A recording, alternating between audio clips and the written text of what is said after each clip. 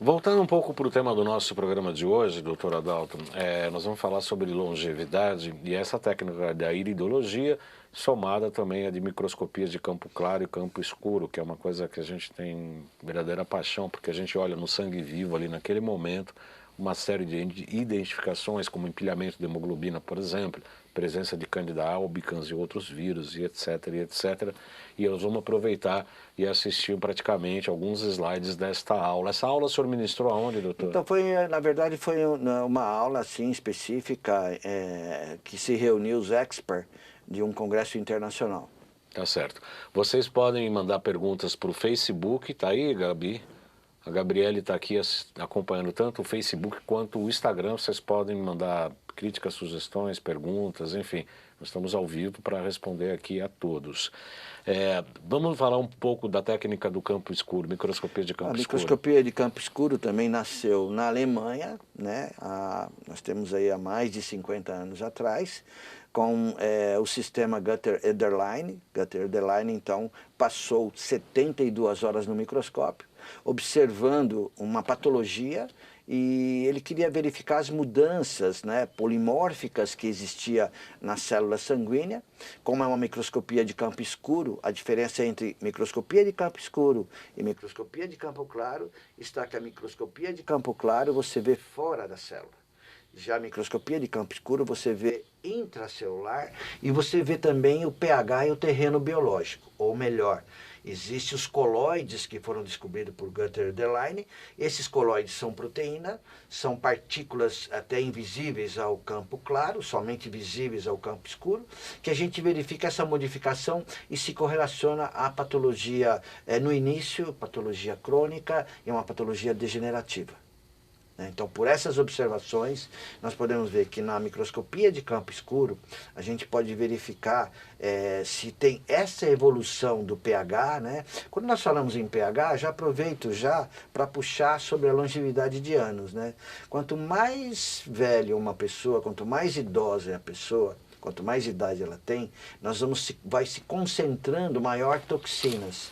E a gente fala que as toxinas hoje, né, tem uma relação muito grande com o excesso de carne animal, com o excesso de proteína animal. Né?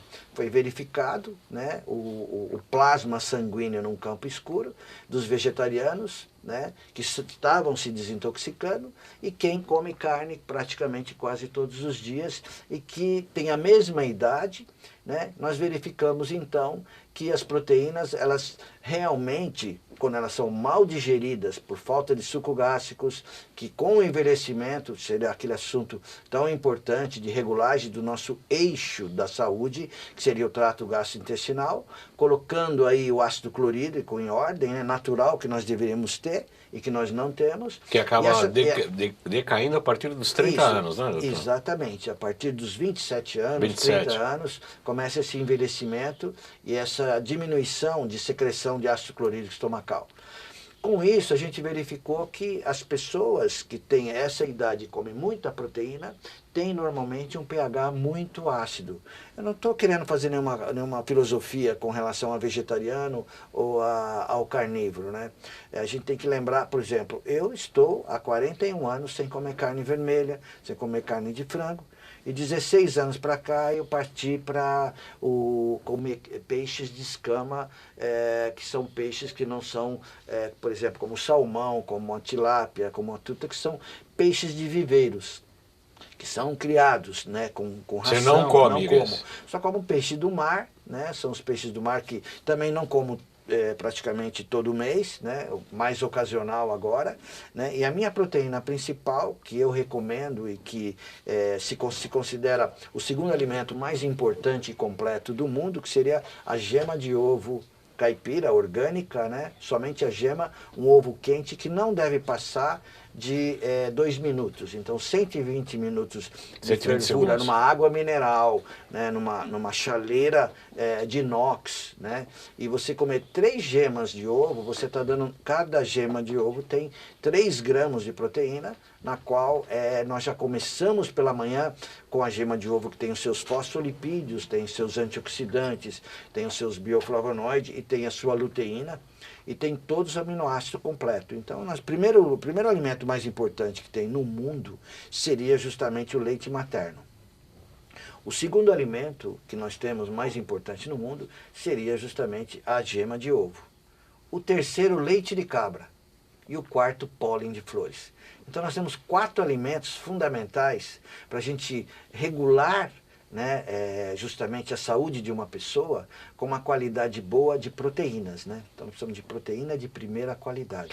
E a tão falada, tão famosa necessidade de B12 dos nossos vegetarianos? Exatamente. Faz reposição? Não, esse é um grande erro que ocorre com os veganos e com os vegetarianos, né? Por quê? Porque a gente às vezes pensa que está ingerindo alimentos ricos em B12, mas não está sendo digerido por uma falta de um suco gástrico, de uma enzima digestiva, que ela é chamada fator intrínseco. O fator intrínseco é o que absorve a B12 dos alimentos. Então a gente fala, bom, então vamos ingerir, vamos suplementar. Também não vai dar certo. Quando você ingere, se não tiver o fator intrínseco, ele não vai a nível intracelular. Ele vai ficar solto essa B12. Por isso que muitas pessoas que tomam B12 e acham que estão com nível alto de B12 a nível sérico, faço um exame de sangue a nível sérico e eu tenho então a B12 alta. Não. O sérico que o doutor está explicando é em nível de circulação e não intracelular. Não, né? intracelular. O intracelular, nós vamos só observar, temos que observar a B12 sérica, sim. Ela tem que estar ali na metade, entre 400 e 500, estaria bom. Quando ela está muito alta, é sinal que ela não está entrando a nível intracelular. E essa correspondência se faz observando o valor corpuscular médio do hemograma. Se você tem lá, próximo a 90, né, o valor corpuscular médio, você está tendo um intracelular normal. Então é fundamental que a B12 tenha várias funções, né, de criar capa dos nervos, de ter a função de equilibrar os neurotransmissores, a química cerebral. E uma das coisas que eu considero mais importante é a qualidade do sangue com a B12. Esta falha ocorre muito com os vegetarianos, com os veganos, porque eles não têm ácido clorídrico suficiente. Justamente o HCl, o ácido clorídrico, é que estimula o fator intrínseco para que haja toda essa eficiência digestiva a nível de digerir e assimilar a B12. Tá ótimo, excelente. Nós estamos hoje aqui em meia boca aqui, mas com a Elô e com o Ademar, o Tsuru, hoje na nossa suíte, recebendo o Dr. Adalton aqui para falar sobre iridologia, microscopia de campo claro, campo escuro, mais sobre campo escuro, né, doutor? E também sobre a longevidade. Eu vi uns slides que o doutor gentilmente encaminhou, corremos aqui para colocar isso no ar. E o primeiro deles, se me permite, posso chamar? Pode. É sobre um mapa de iridologia. Não é mapa, é uma fotografia da íris, é isso? Essa é a fotografia. Posso descrever? Então, sim, claro. Essa imagem da íris, né, a iridologia, ela mostra o estudo das fibras da íris, né? Você tem a pupila e você tem as fibras retilíneas que vão até a periferia iridal. Fora dela você tem a esclerótica. Então nós estamos estudando na iridologia esse colorido que vocês estão observando aí. Quanto maior é o espaçamento, o ideal é fibras retilíneas, né, compactas, são boa constituição. Fibras que têm tortuosidade, espaçamento entre elas, mostram que ali tem uma genética que deve ser bem cuidada. Nós nunca queremos comparar que a pessoa vai viver menos ou mais. Nós queremos olhar na iridologia como que a pessoa está cuidando da vida dela, porque ela não mostra mostra justamente o que você recebeu e como você está usando essa máquina, esse organismo. Né? Será que tem uma alimentação saudável? Por exemplo, esse colorido amarelo que vocês viram ao redor, em volta, significa que ela comeu muito açúcar. Ela foi programada a não comer açúcar. Então, com esse sinal, ela pode mostrar que ela tem já um pH bem ácido e que ela pode fazer uma artrite ou uma artrose reumatoide. Inclusive com o problema, açúcar acaba corroendo inclusive o cálcio dos ossos, né? É isso, né? Isso. Antes da gente dar um prosseguimento, a Gabi tem horas que tem pergunta aí dos nossos internautas e telespectadores. Vamos lá, Gabi, fala forte. Então, forte. Doutor, a Sônia perguntou, B12 é responsável pelo que no organismo?